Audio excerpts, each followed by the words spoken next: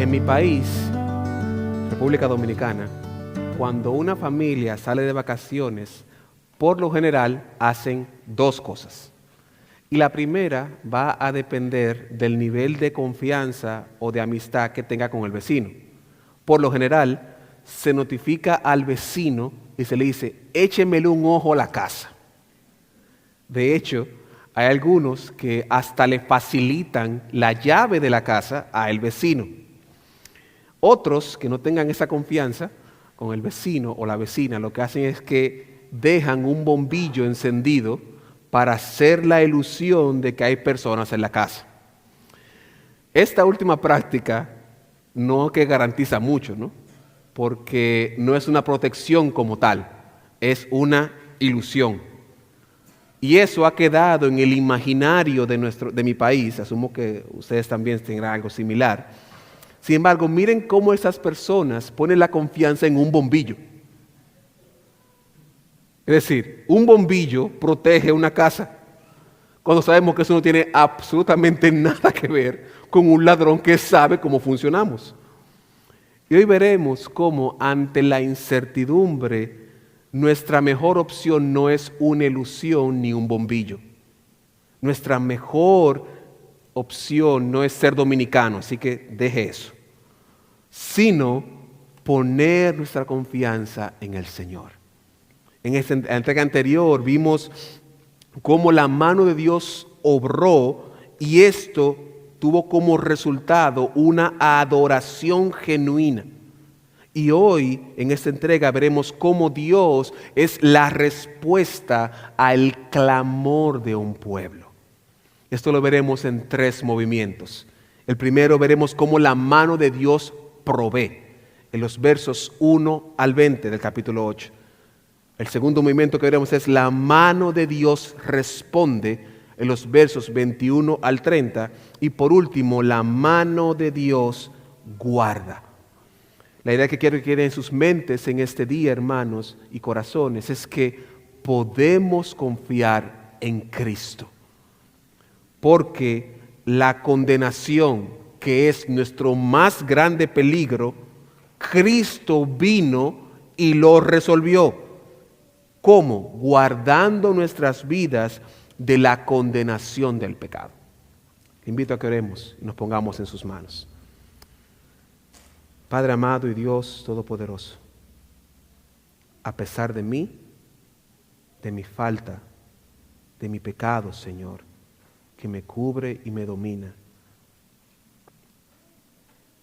edifica tu iglesia. Glorifícate, oh Señor, a pesar de mí, que tu Espíritu Santo llegue a cada corazón para tu gloria y para tu honra. En el nombre de Jesús. Amén. Entonces, primero vamos a ver la mano de Dios que provee. En esta primera parte vamos a ver 2 elementos importantes. La manera en cómo la mano de Dios provee un remanente y un sacerdote. Y primero vamos a ver cómo Dios provee un remanente. Por un tema de tiempo no vamos a leer los versos 1 al 14, pero en estos versos Esdras presenta el segundo grupo de migrantes a Jerusalén. En términos de estructura, el capítulo 7 y el capítulo 8 sería una misma historia que está dividida en lo general que se ve en el capítulo 7 y lo específico que se ve en el capítulo 8. Es importante resaltar que desde la primera migración, que fue en el capítulo 2, hasta este momento histórico del capítulo 8, hay más o menos 75 a 80 años. Y esta primera migración fue con Zorobabel. Esta migración, de acuerdo al capítulo 2 de Esdras, trasladaron alrededor de 49 a 51 mil personas entre judíos y siervos. Pero en esta ocasión la migración es por mucho menor a esta. Estamos hablando de más o menos 1,700 a 2,100 y algo de personas. Y dentro de este conjunto de personas hay 3 grupos. Está la familia sacerdotal, está la familia real y están el pueblo o las familias laicas, que en este caso fueron 12 familias. Sin embargo, cuando se comparan ambas listas, nos damos cuenta de que el orden es distinto. En el capítulo 2, la lista comienza con el pueblo, mientras que ahora empieza con el mundo sacerdotal, con la familia sacerdotal. Y esto es importante porque, como dije inicialmente, tenemos que conectar el capítulo 8 y el capítulo 7 como si fuera una sola unidad. Y en el capítulo 7 recordamos que Esdras está validando, está reiterando que él es levita y que él es sacerdote y que él tiene derecho a ejercer el sacerdocio. Entonces, aquí en este proceso vamos a ver entonces los diferentes grupos. El primero es la familia sacerdotal, que serían los levitas. Esto es importante porque más adelante, en el verso 15, veremos que en esta primera migración, los que faltaron fueron los levitas. Vaya conmigo, por favor, al verso 15 del capítulo 8. 8:15 de Esdras. Dice, Esdras, los reuní junto al río que venía de Ahava y acampamos allí 3 días, y habiendo buscado entre el pueblo y entre los sacerdotes, no hallé allí a los hijos de Leví. Los levitas eran una pieza clave dentro de todo el contexto religioso de Israel. Esta tribu fue elegida con el propósito de servir al pueblo, principalmente en los ritos religiosos. Aunque habían otras actividades que ellos desempeñaban, como enseñar, determinar el nivel de enfermedad de una persona y ver cómo se puede resolver esto, hasta era algún tipo de corte suprema ante una disyuntiva de cualquier persona. Pero en este caso en particular, en esta etapa en particular, no había un solo levita. Y la pregunta surge, ¿por qué? En el capítulo 7, en los versos 11 al 24, vemos que Artajerjes hace algo muy similar a lo que hizo Ciro en el capítulo 1. Artajerjes hace un pronunciamiento, da una orden de permiso para que todo el que quiera regresar, regrese. Por lo tanto, esto me quiere decir a mí que los levitas conocían esta información, pero por alguna razón no estaban allí.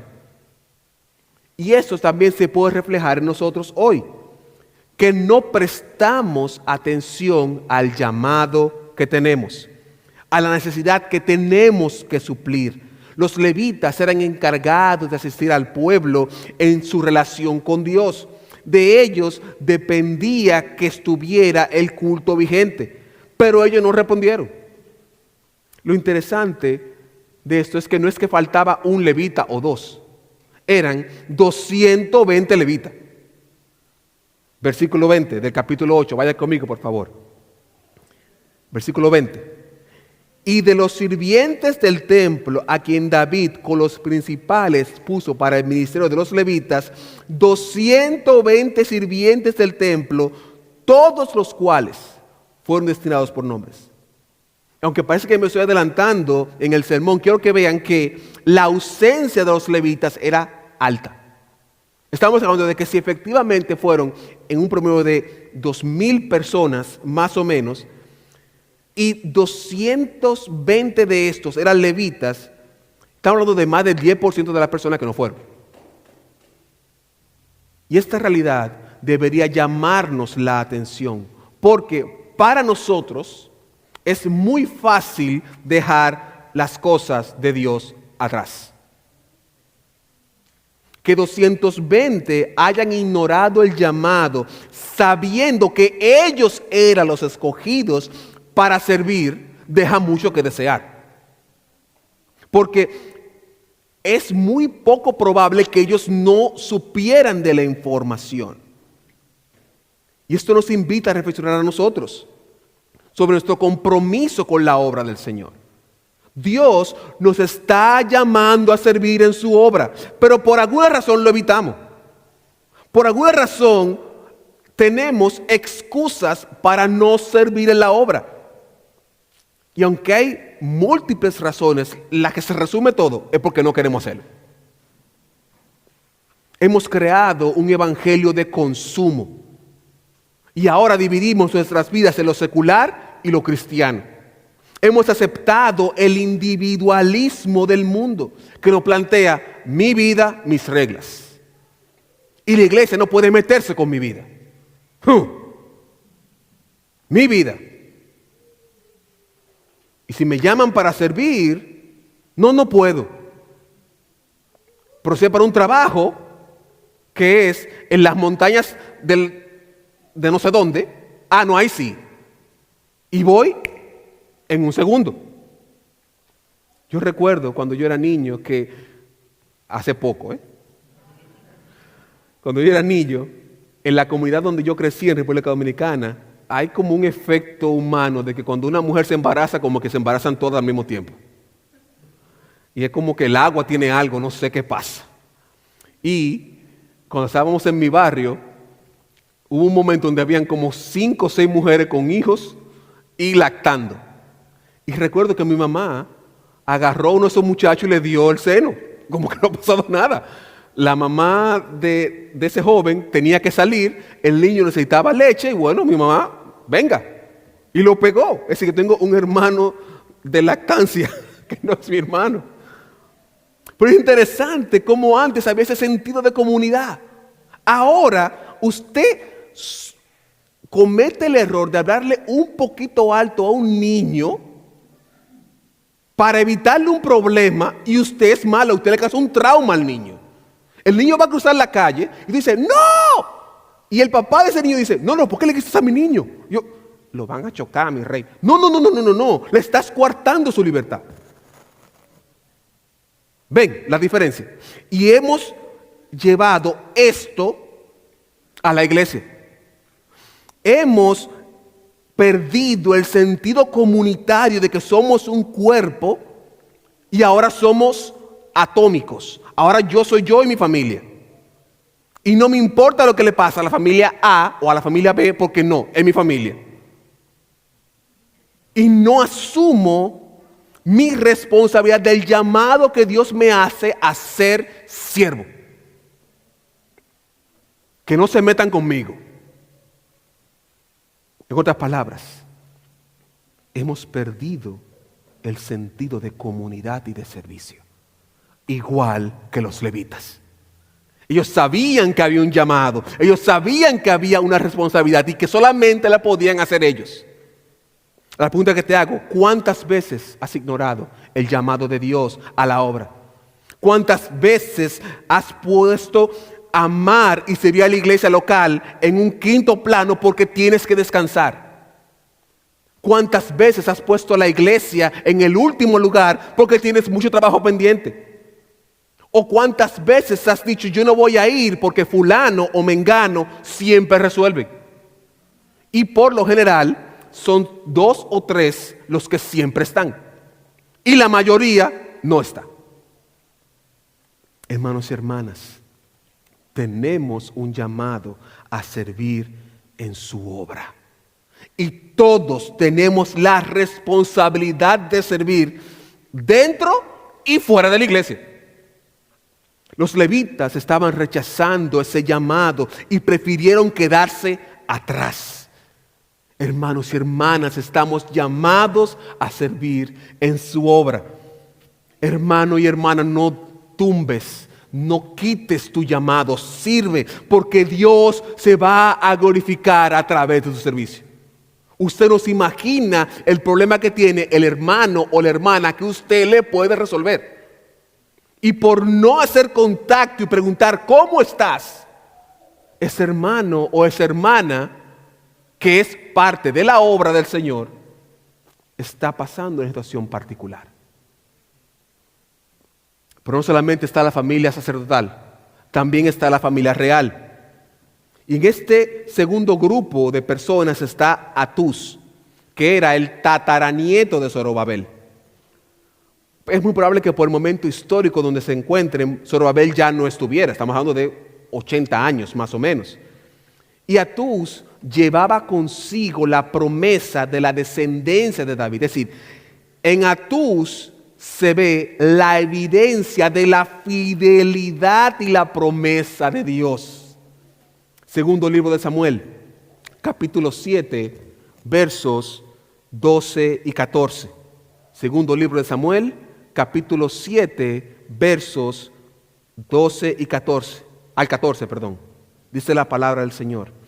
Y cuando tus días sean cumplidos, hablándole a David, y duermas con tus padres, yo levantaré después de ti a uno de tu linaje, el cual procederá de tus entrañas, y afirmaré su reino, y edificará casa a mi nombre, y yo afirmaré para siempre el trono de su reino.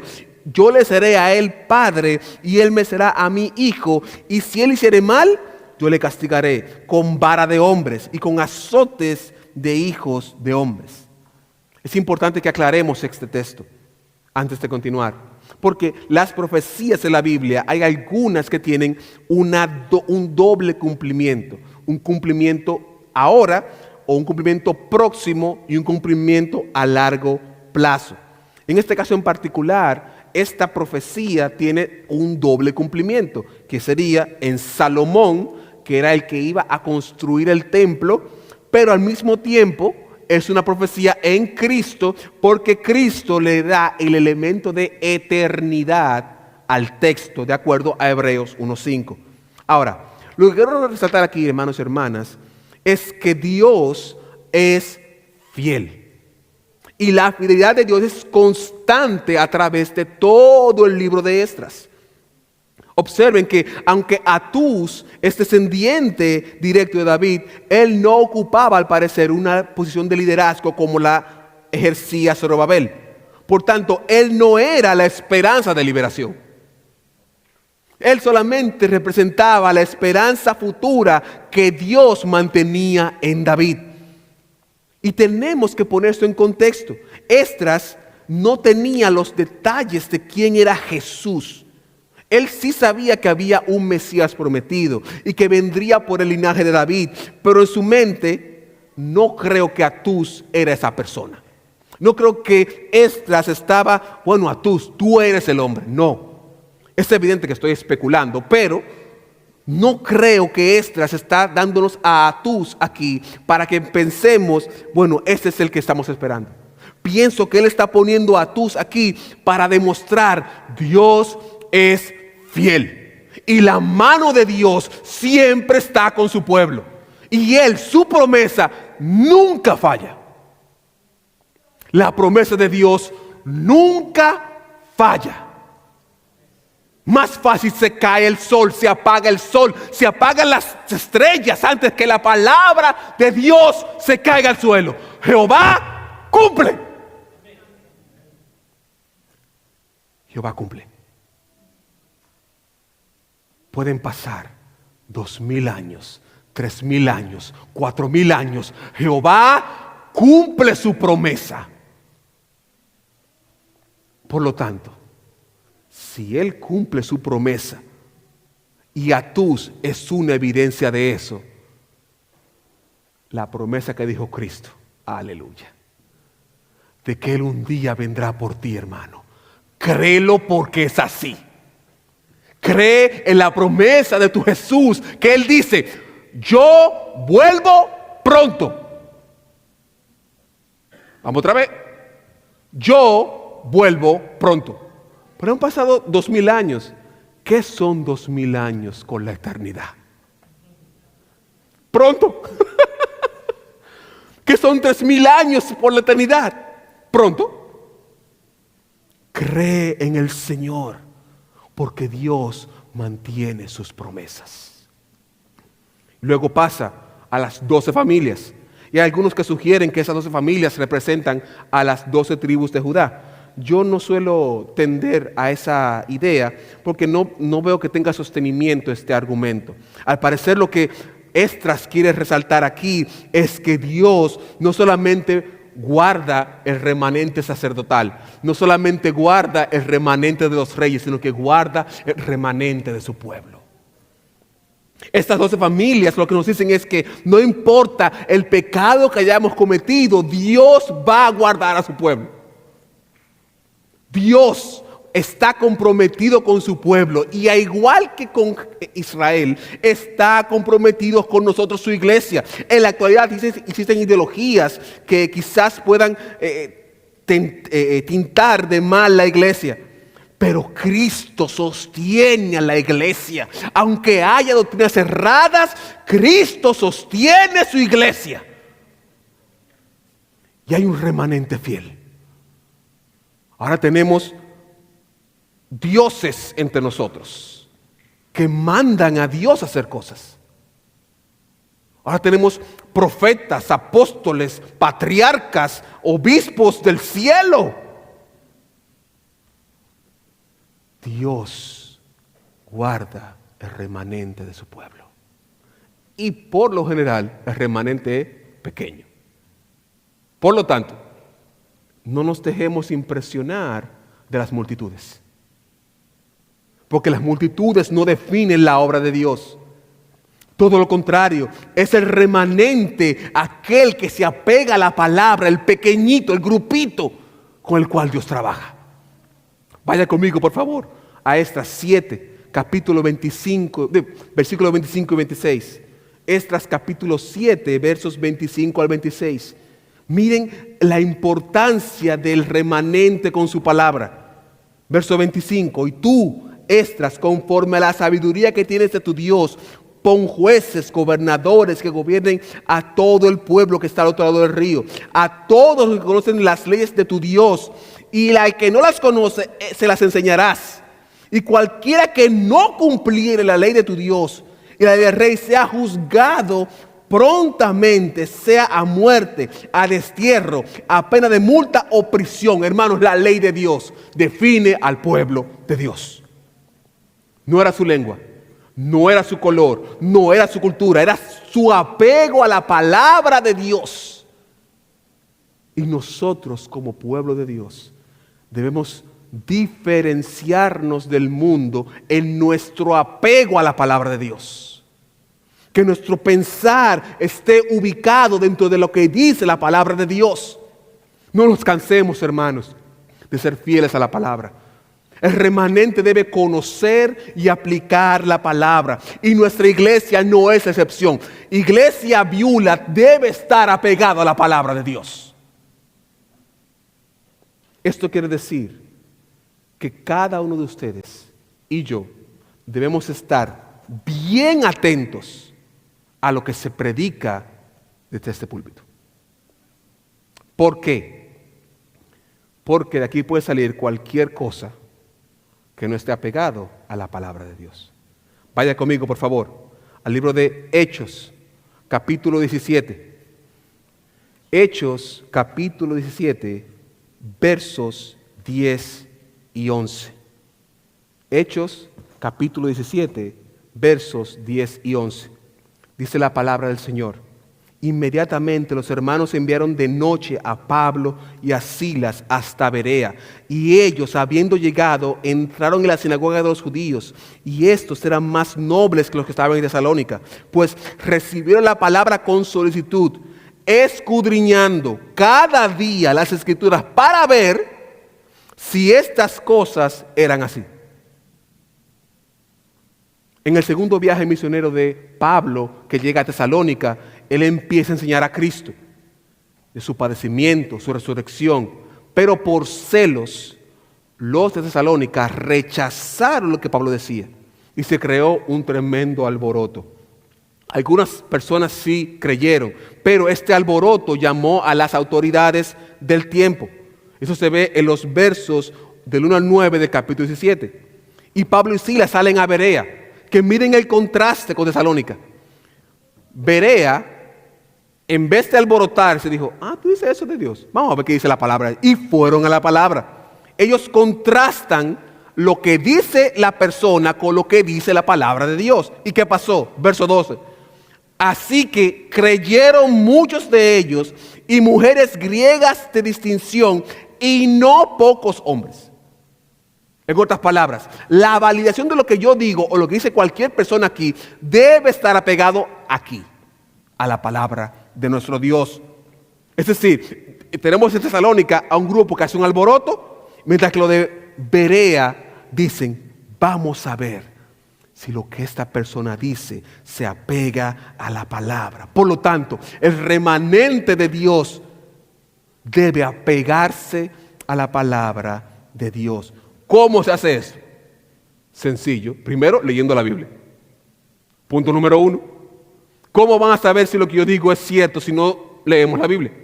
Número 1, leer la Biblia. Y número 2, validando. Cada vez que la persona dice algo, un momentito, espérate. Verifico. Que no sea mi palabra ni la palabra de nadie, que es la palabra de Dios lo que debe salir de mi boca. Hermanos y hermanas, seamos una iglesia que se caracterice por apegarse a la palabra de Dios. No a tradiciones, no a culturas, a la palabra de Dios. Que la palabra sea nuestra marca país. Que no seamos salvadoreños o hondureños o de Venezuela o de República. No. Seamos de la nación Biblia. Que nuestro pasaporte sea cada vez que vamos a la palabra de nuestro Dios. Nuestra identidad no está en mi nación ni en mi cultura. Es la palabra de Dios. Pero Dios provee entonces un sacerdote. En los versos 15 al 20 vemos cómo Dios no solamente provee un remanente, sino que también provee a un sacerdote. Vamos a ver en los versos 15 al 17 del capítulo 8, por favor, vaya conmigo. Esdras 8, 15 al 17. Dice la palabra del Señor: los reuní junto al río que viene a Abá.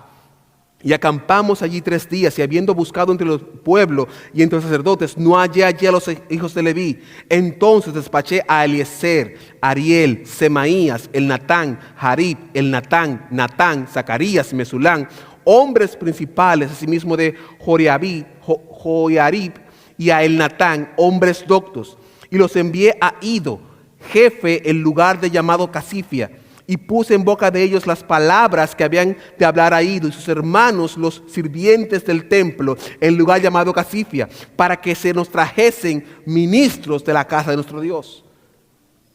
Esdras reconoce que no había levitas. ¿Y qué es lo primero que él hace? Busca levitas y comisiona a 9 personas. Así que si quiere un nombre para su hijo, Mesulam es un nombre maravilloso, así que piénselo. ¿Y qué hacen? Buscan a la persona idónea. Verso 18 al 20.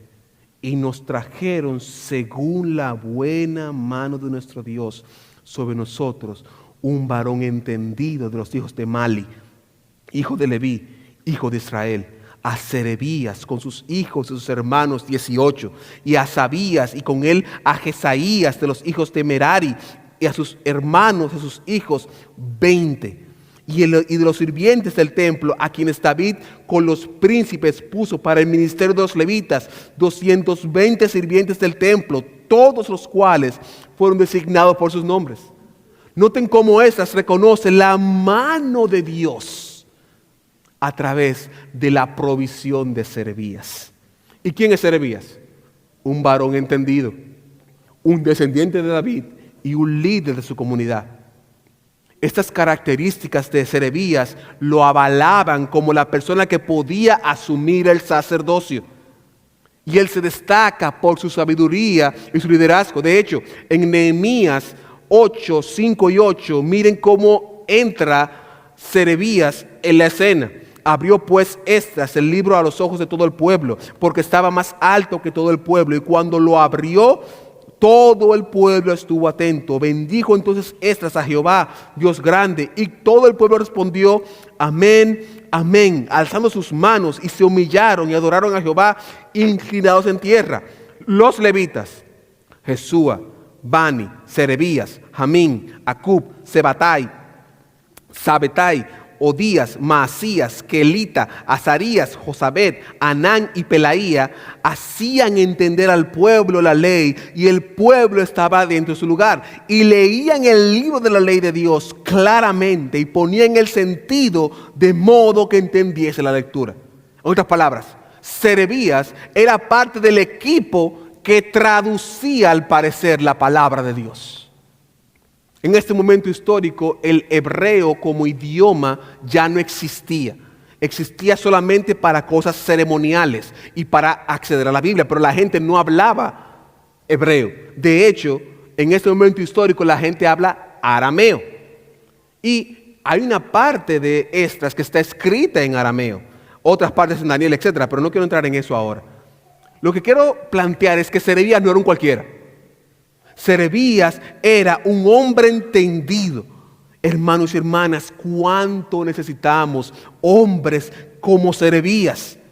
Hombres dedicados a la palabra del Señor. Hombres que busquen el consejo de Dios. Por lo tanto, oren por sus pastores. Oren por sus líderes. Porque tenemos que mantenernos en la palabra. Hay veces que yo quisiera como que hablar lo que yo quisiera. Y cuando quiero decir algo, digo, no, espérate, es que no lo dice ahí. ¿Cuánto yo quisiera que aquí no consuman picante? Que eso no es de Dios. Pero ustedes siguen consumiendo picante. El picante no es de Dios. No, broma. Pero, hermanos y hermanas, si yo me desvío de lo que dice la palabra, le hago un daño a ustedes y me hago un daño a mí. Por lo tanto, oren por nosotros. No somos infalibles, somos pecadores inquebrantables, perfeccionados en pecado. Damos doctorados con seminarios en pecado. Pregúnteme porque usted vea cómo yo le enseño cómo pecar fácil. A mí no hay que buscarme mucho para yo pecar, porque yo quiero hacerlo. Dios tiene misericordia y como que me pone algunas cosas, pero soy falible, soy pecador. Entonces, imagínese usted, gracias, la responsabilidad que tenemos. Por lo tanto, hermanos y hermanas, oren por sus pastores, oren por nosotros, para que seamos fieles a su palabra, para que estemos centrados en su palabra y para que prediquemos su palabra. Pero también vemos cómo la mano de Dios responde. No solamente es fiel al remanente y en proveer hombres fieles a su palabra, sino que Dios responde el clamor de sus hijos. Versos 21 al 23 del capítulo 8.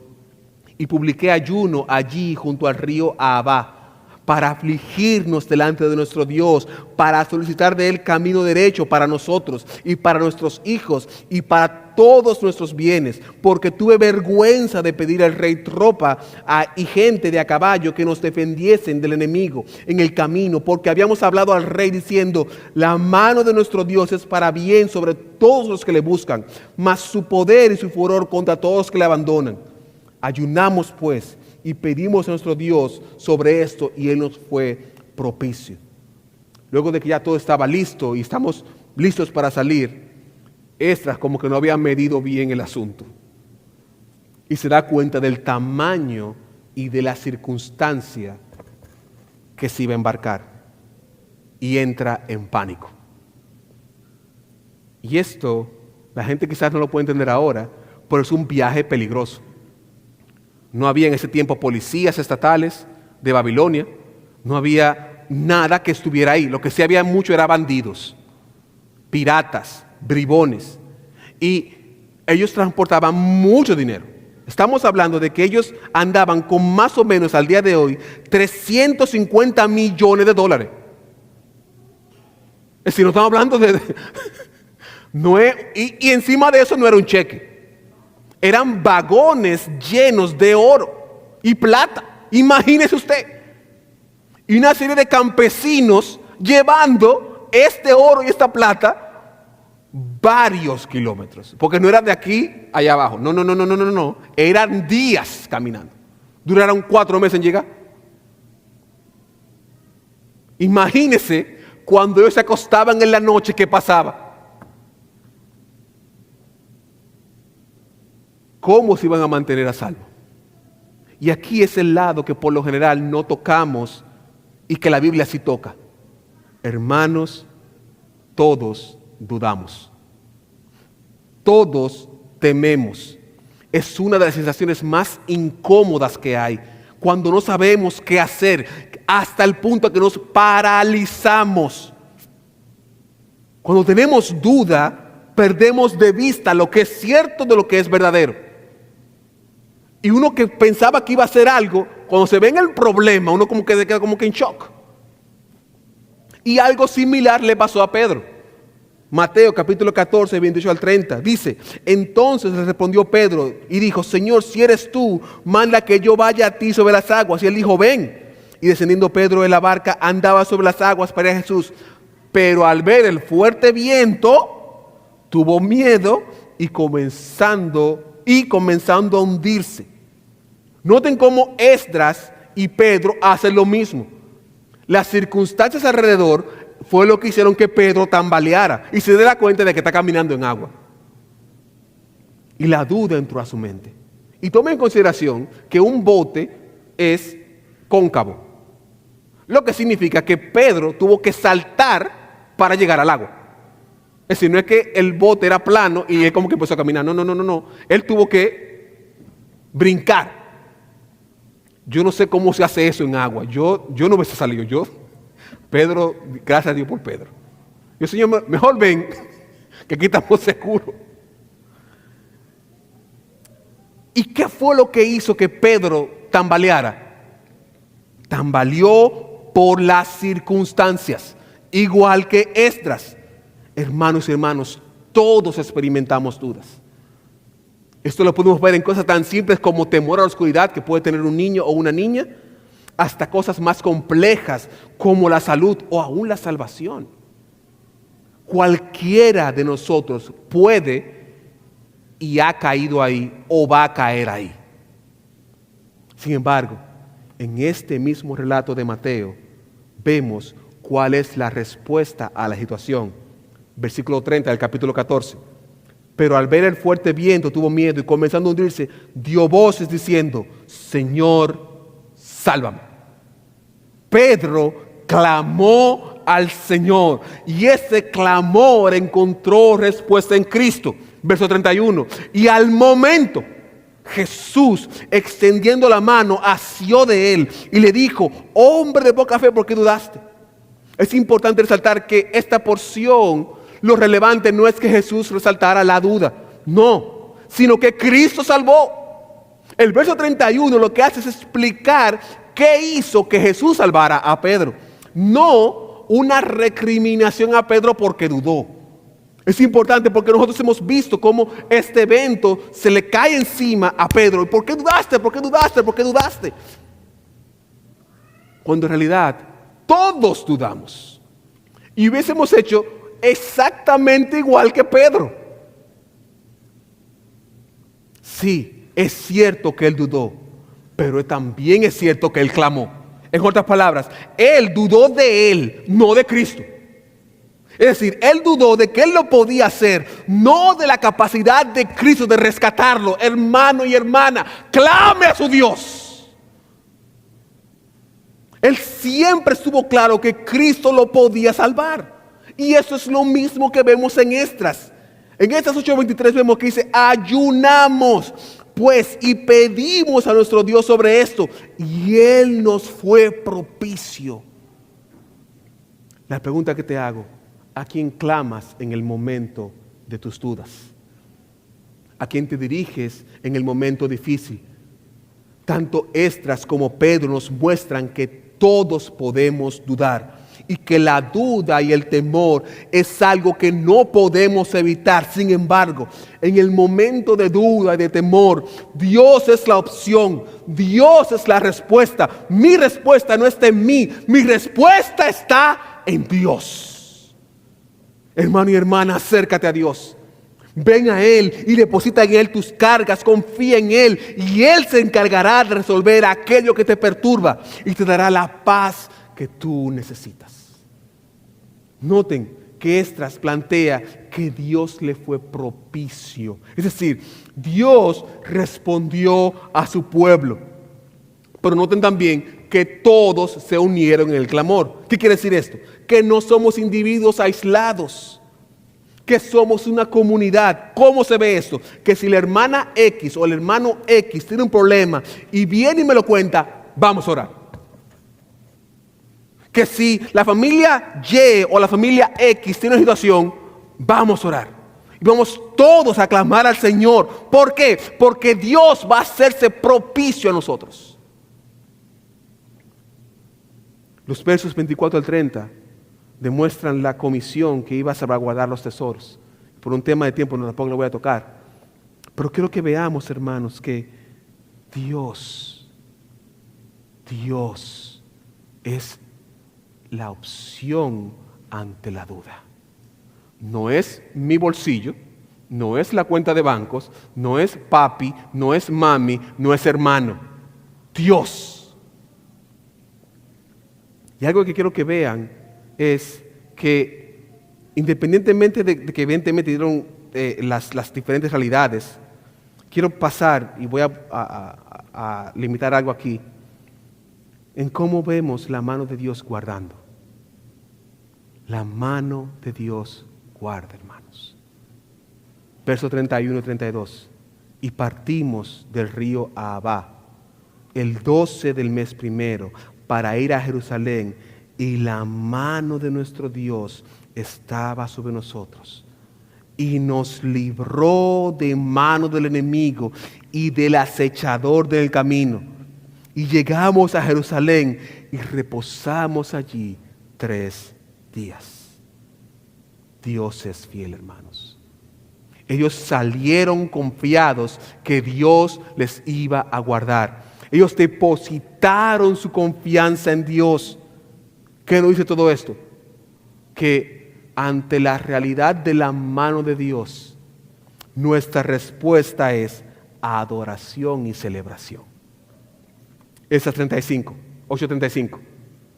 Los hijos de la cautividad, los que habían venido del cautiverio, ofrecieron holocaustos al Dios de Israel, 12 becerros por todo Israel, 96 carneros, 67 corderos, 12 machos cabríos por expiación, por holocausto a Jehová. Una vez más, el pueblo responde en adoración. Ellos reconocieron que la mano de Dios ha sido con ellos y en respuesta a la fidelidad de Dios elevan adoración a Dios. Hermanos y hermanas, Dios ha sido fiel con nosotros y nos ha guardado de la condenación eterna, no de un camino. No de un camino de Babilonia a Jerusalén. Nos ha salvado del camino de la perdición a través de Jesucristo. Corríamos el peligro de ser condenados por una eternidad y Cristo vino y nos dio vida. Nos llevó a puerto seguro, nos llevó a su presencia y ahora nuestra reacción debe ser adoración. Adoras a tu Dios por lo que hizo por ti. Te das cuenta de que tu vida tenía que estar destruida, desbaratada, muerto 7 pies bajo la tierra, y Dios tuvo misericordia de ti. Valoras a Dios, valoras el sacrificio de Jesucristo, como Él pudo entregar su corazón por ti y derramó su sangre por ti. Valoras el sacrificio de Cristo en la cruz. El pueblo, por algo tan sencillo como no perder dinero, adoró a su Dios. Y nosotros, que hemos sido rescatados de la condenación eterna, ¿cuánto más deberíamos hacerlo? Permítame concluir. A través de esos capítulos vemos la mano de Dios que provee, la mano de Dios que responde y la mano de Dios que guarda. El pueblo de Dios no está desamparado. La mano de Dios está sobre el pueblo de Dios.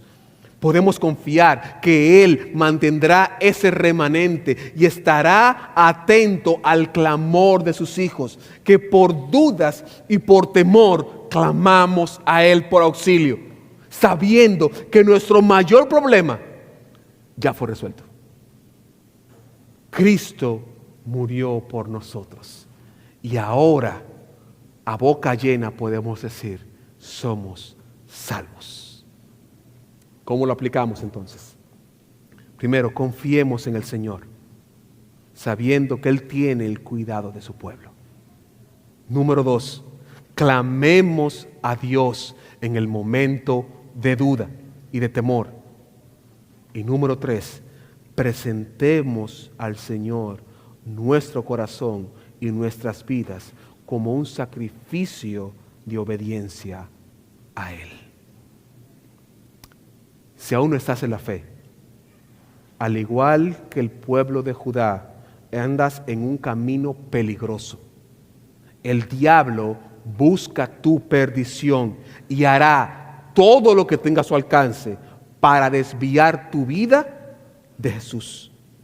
Sin embargo, al igual que el pueblo de Judá clamó en ayuno a Dios, tú también puedes venir hoy a los pies de Cristo. Y Cristo te va a salvar de ese camino de perdición. Ven a Él. Tu vida vale para Dios. Tú eres importante para Dios. Y Él quiere que tú seas parte del pueblo. Por lo tanto, ven a Él ahora. Ven a Cristo y recibe la salvación. Y si estás en la fe, celebra. Celebra que Cristo te ha rescatado.